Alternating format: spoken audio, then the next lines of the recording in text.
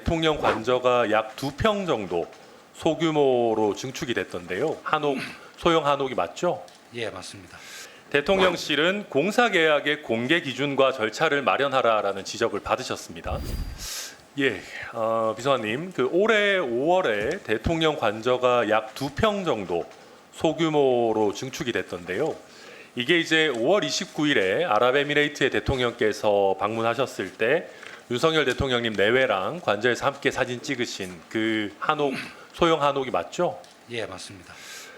이게 이제 아마 제가 알기로는 김건희 여사께서 작년에 광주 디자인 비엔날레 가셔서 보시고 이거 굉장히 좋을 것 같다라고 해서 관저에 설치하신 그런 모델이 맞습니까? 예, 맞습니다. 저도 이건 좋은 아이디어인 것 같습니다. 유튜버들은 신당이니 뭐니 이런 얘기 하지만은 사실 외국의 정상들에게 한옥의 우수성을 홍보할 수 있는 저는 좋은 기획이다라고 평가합니다. 이 한옥 같은 경우에 김건희 여사께서 추진한 아이디어다 이런 식으로 홍보도 하실 수 있었을 텐데 혹시 그런 생각 안 해보셨습니까?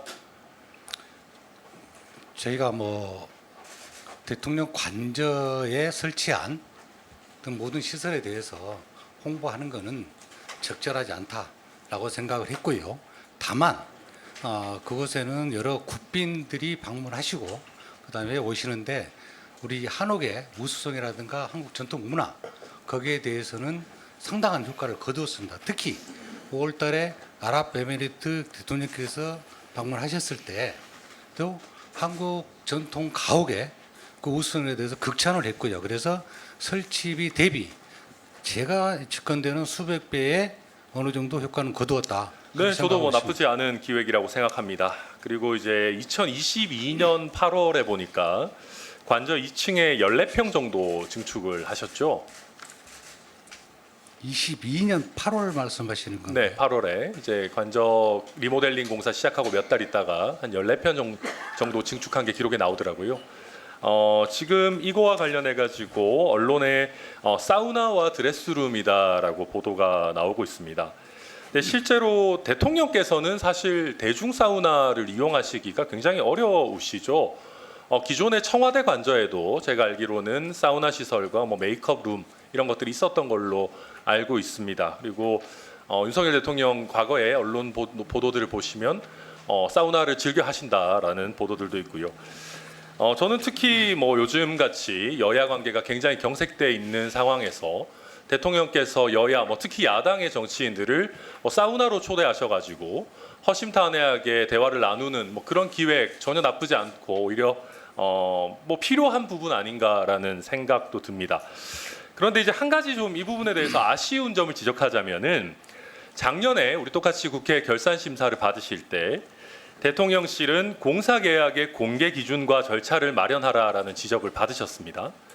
여기에 대해서 아직까지 후속 조치 결과가 제대로 나오고 있지 않습니다. 그럼 검증을 해보려고 해도 조달청에다 문의하면 대통령실에서 자료를 받으라고 하고 대통령실에 문의하면 자료를 안 주시고 있는 상황입니다. 심지어는 대통령실이 계약심의위원회를 개최했는지 여부도 지금 제출하지 않고 있습니다. 이러면 사실 저희가 결산 심사를 하는 게 무슨 의미가 있을까 하는 생각이 듭니다.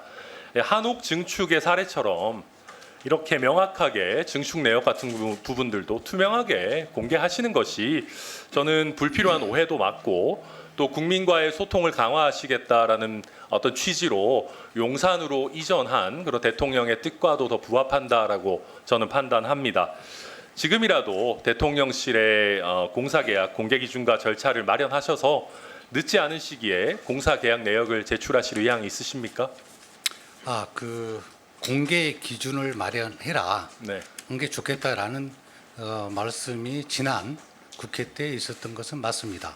그래서 거기에 대해서는 저희가 계약심의 개선 방안으로 계약심의제를 하고 있고 그 다음에 그 절차 가급적 공개 제한 경쟁 입찰을 하고 있다라는 사실을 야당 의원님들뿐만 아니라 여당 의원님들께도 일일이 찾아가서 설명을 드렸던 부분입니다. 그러니까 잠시만요.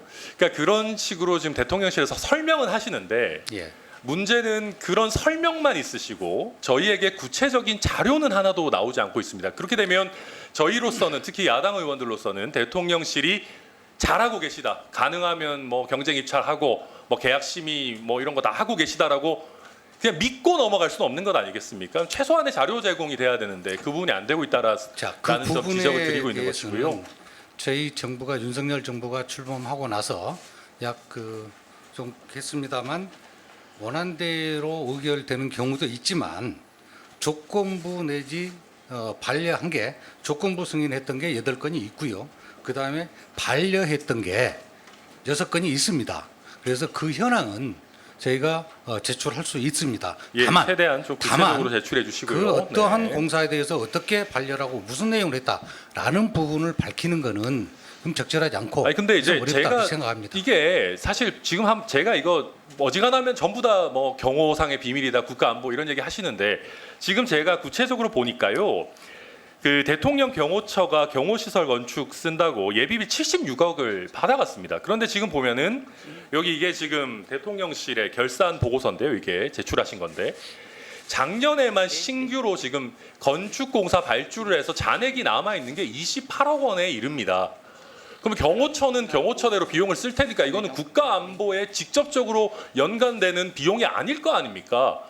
경호처 비용도 아니고 대통령실에서 공사 계약하는 거를 국민의 대표인 국회한테 왜 못 밝힙니까? 지금까지 어떤 그 역대 정부에서도 대통령 비서실과 관저에 대한 공사 내역을 밝힌 사실은 없는 걸로 알고 있습니다. 그게 그러니까 왜 그러냐면 의원님 통합방위법에 보면은요. 통합법 방위법에 국가 각 중요시설이라는 정의를 두고 있습니다. 거기에 보면 적에 의하여 점령 또는 파괴되거나 기능이 마비될 경우 국가 안보와 국민 생활에 심각한 영향을 주게 되는 시설을 말하고 거기에는 대통령 사우나와 관저와 레스룸이 있습니다. 그렇게 중요 시설입니까? 자, 의원님, 예.